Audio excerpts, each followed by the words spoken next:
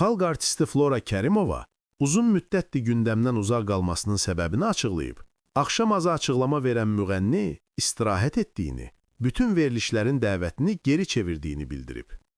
Hamıya yox deyirəm. Cavanlar efirə çıxsınlar. Yoruluram. Hazırlaşmaq, getmək, çox şey düşünmək lazımdır. Fiziki yoruluram. Heç yeni mövsümdə də yox deyib duracağam. Bağında istirahət edən Fefe Kərimova nəvəsindən bəhs edir. Bağda dincəldim. Rahatçılığım təmin olunur deyə əziyyət çəkmədim. Mənə qarşı çox qayğı var.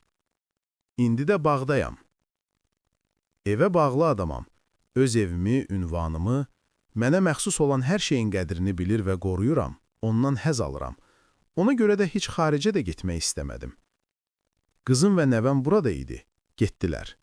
Çox şirin istiqanlı nəvəm var. Deyir, mənimlə Azərbaycan dilində danış. Orada İngilis bağçasına gedir, ona görə də çətin danışır. Anası onunla Azərbaycan dilində danışır. Mahnılarımı tanıyır. Müğənni plastik cərrah Sevinç Heydərova ilə məhkəməsindən, qalib gəlməsindən söz açıb.